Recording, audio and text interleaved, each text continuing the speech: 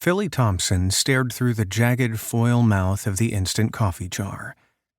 He could see his chipped and stained countertop through the clear plastic bottom. The morning had gotten off to a bad start. Philly swelled and released a sigh. He would have to break open the vault and pay $5 for a cup of coffee on the way to work. His sigh turned into a low growl. $5 for a coffee, how did that happen? Philly dropped the empty jar into the kitchen garbage can with a clunk and headed for his bedroom, stepping over his big gray cat, Irving, who was begging for attention. "Hey, I fed you. Now I gotta go." Finding his black and tan rubber-soled shoes, he sat on the edge of the bed, his 200 pounds inducing a quick squeak of springs. He puffed against the weight around his middle as he stuffed one foot and then the other into his shoes. 2 sets of rabbit ears and double knots in place, he bounced up off the bed, determined to show his invisible audience that he still possessed youthful vitality, despite his untamed waistline. Irving stood at the bedroom door, apparently unimpressed. He bent his head to lick himself. Philly stepped over the cat again and stopped at his coat closet to pull a tan squall jacket out of the musty assortment. He headed toward the kitchen, pulled on the jacket, scooped up his wallet, swept up his keys, and slipped his phone into his pants pocket in smooth, practiced order, only interrupting the usual choreography to lift the last corner of toast off the white Corelle plate on the kitchen table. On the back porch, he locked the door, noticing his hair in the reflection as he chewed his toast.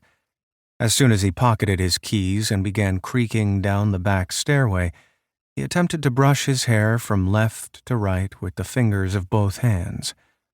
Wobbling on the 3rd stair above the 2nd floor landing, he forgot about his hair and snagged the railing in time to steady himself. He swore quietly. He should have just stayed in bed. Walking down the uneven sidewalk between his building and the one next door, Philly followed the well-worn path away from his refuge. That refuge rested on the top floor of a 3-story apartment building constructed 100 years ago.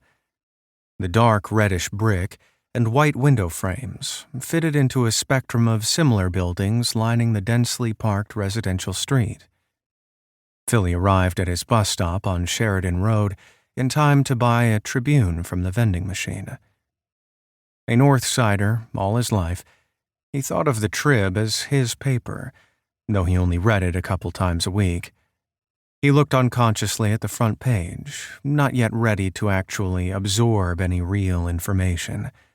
He was still getting comfortable being out of his apartment, out in the cool, damp April air, exposed to the eyes of strangers, if they ever stopped thinking their own self-conscious thoughts long enough to notice this nearly 6-foot-tall single man with bushy eyebrows and uneven sideburns.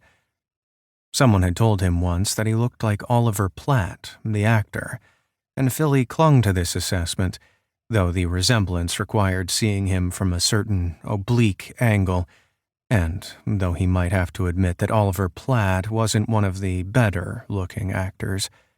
Still, looking like an actor, any actor, was better than just looking like himself, a white man on the north side of Chicago who blended into the crowds, the streets, and the weather as if he wore urban camouflage. The bus moaned to a stop, a hiss and squeak accompanying the opening door.